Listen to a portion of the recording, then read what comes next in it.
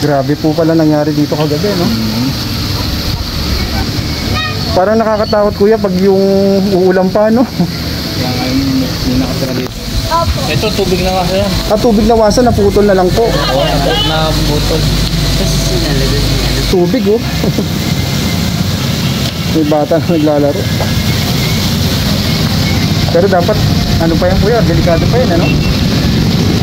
Kaya umalis yung nakatira dito.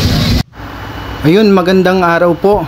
For today's video po ay meron po tayong nadaanan na bumaksak na diki po dito po sa Lambakin, Marilao, Bulacan. At ito daw po ay nangyari kagabi dahil po sa lakas ng ulan at pagtaas po ng tubig. Ito po ay ilog na kung saan po ay connected po ito sa doon po sa may MacArthur na una po nating na videohan na tumaas din po ang tubig baha nung kasagsagan ng bagyong Karina. Pero ito po kagabi lamang po ito nangyari na napakalakas daw po ng ulan at bigla na lang daw po bumigay po ang kanilang dike. At ito po nakakabigla kasi napakarami pong residente dito na naninirahan sa gilid.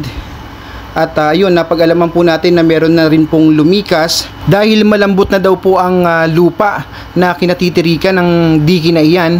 At ito po, meron din po dito sa gitna ng mga lupa na kung saan ay napakarami pong basura at halos nasakop niya na ang gitna ng ilog na ito. So ito po sa may bandang kanan po, kung makikita nyo po ay may bata po na naglalaro sa baba ng gumuhong lupa na to.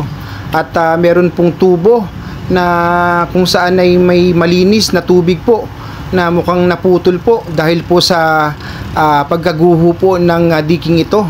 At mukhang delikado nga po ito. Sana po yung bata na yan ay hindi na po naglaro doon. At napakarami rin pong basura na nakita po tayo dito po sa gilid ng diking ito dahil na rin po ito sa kasagsagan nung nakaraang malakas na bagyong Karina. At dito po nagkandaipunan ang mga basura na ito dahil napag-alaman din po natin na lumagpas pa po sa tulay na ito ang laki ng tubig dulot po ng walang tigil na pag-ulan at matinding pagbaha ng bagyong Karina. So ayan guys, kung makikita nyo napakarami pong basura na kung saan ay may mga bata po dito na nangangalakal, namimili ng plastic para lang po siguro may maibenta po sila. At yun po, kung makikita nyo po yung tulay na yan ay lumagpas po dyan ang tubig baha nung nakarang bagyo. Subalit ang gusto po nating mapuntahan yung kagabi na nangyari na meron pong dike na gumuho at mukhang meron po atang naapektuhan na bahay doon na lumikas na daw po. So itatry po natin na makapunta po dun sa may mismong area na kung saan may gumuho na diki. Kaya lang puro basura.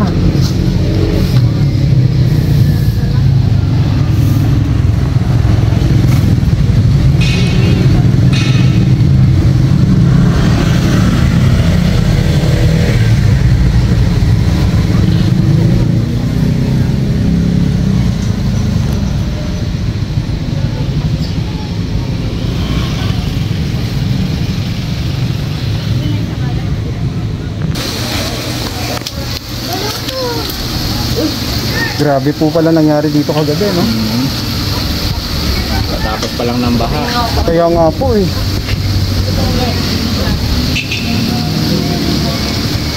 Parang nakakatakot kuya pag yung uulan pa, no? Kaya ngayon, hindi nakatira dito, umalis na. Okay po.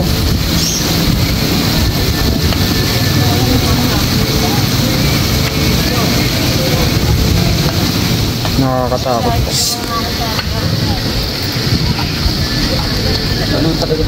Parang ano po yan tubig kuya, ano? Malinis, ano? Opo. Ito, tubig na kasi yan. Tubig na wasan, naputol na lang po. Oo, na butol. Nakabidyo? Nakabidyo ya? Kala ko lang dito. Dahil basura. Hanggang saan dito kuya nung ano? Yung kasagsagan? Halos lubog to. Ay grabe, ano po? Yung kuya yung tulay na yan, lumagpas dyan? Lagpas dyan. Ay, grabe pala. Yung tubo na yun sa ibabaw. Opo. Malaki. Lagpas ng konti dyan. Kuya, iyan pala, delikado na yung ano na yan, ano? Ngayon, bago lang yan. Ah, bago lang yan.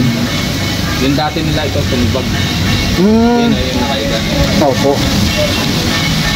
Ako nagkakit yan. Ito, possible pa kuya bumigay yan, ano po?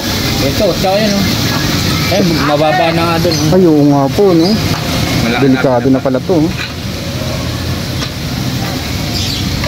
Matagal na kayo dito, sir? Mula sa pool. Mula sa bulo.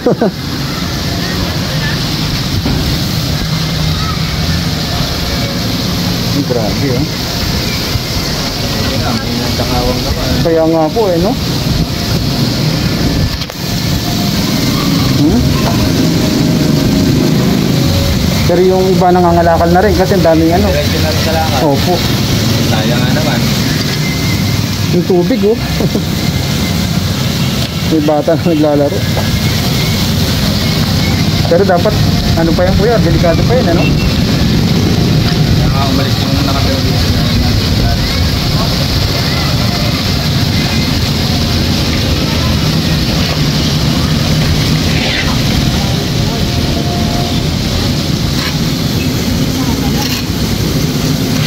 Ay, grabe.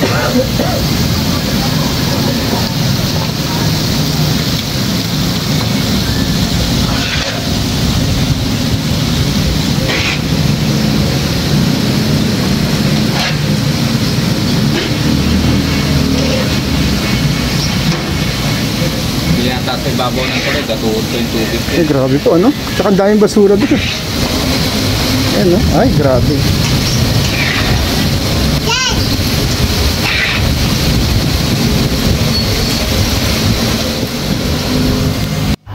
So bali po nandito po tayo mismo sa Gumuhong Dike na kung saan naman talaga ay talagang masasabi po natin na delikado pa at sana yung mga bata na yan ay napagsasabihan na wag bumaba kasi possible po na gumuho pa yan at baka madaganan po itong batang ito. Ulitin ko lamang po, no, ito po yung nangyari kagabi lamang. Dahil po sa napakalakas po na ulan na parang pong kala mo may bagyo na naman at ito po talagang hindi po inaasahan ng mga residente dito po sa Lambakin, Marilao, Bulacan. Naway wag naman na po sanang masundan ang pagguho ng diking ito dahil napakarami pong bahay na nasa gilid at talaga namang nakakatakot dahil tingnan nyo nga po malalim po yung pagkakabaksak ng o pagkakaguho ng lupa tapos kasabay po ng napakarami pong basura hanggang dun po yan sa tulay na dinaanan po natin.